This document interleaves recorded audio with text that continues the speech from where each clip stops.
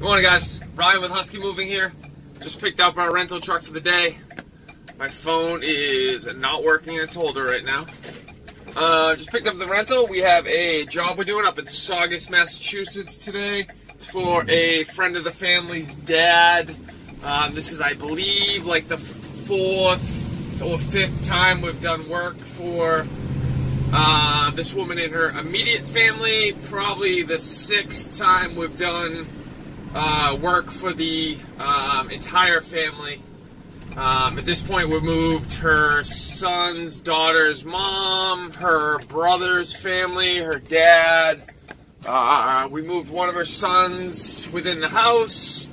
A bunch of different jobs, which has been great. This is the point of the story is you're going to get the vast majority of your business when you start out from people that you know, friends of friends, and then repeat customers. So, you know, I see this stuff online a lot about how to advertise, and I think probably the most important information I've gotten so far, that I didn't necessarily think this through all the way. I mean, we always try to do a good job. I feel like any person who's in business, obviously it goes without saying, you try to do a good job all the time.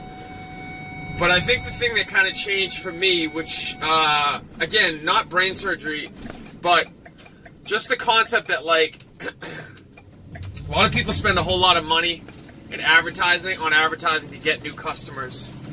And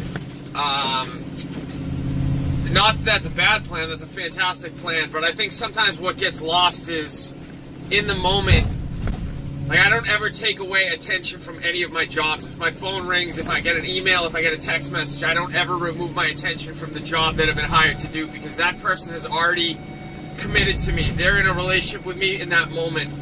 And so I give them my absolute best in that moment. If I take away my attention from that person, I give it to someone else, all I'm really doing is taking away attention from someone who's already committed and giving it to someone who has not committed. Like, if a potential customer calls me during the day, I don't know if they're going to book. I have no idea if they're going to book. They might just be kicking the tires. They might be calling 8 other companies. I have no idea.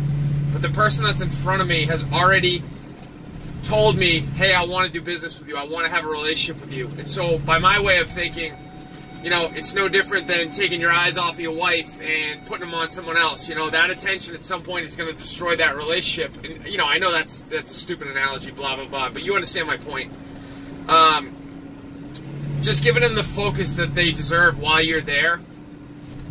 And then that kind of attention is going to pay off.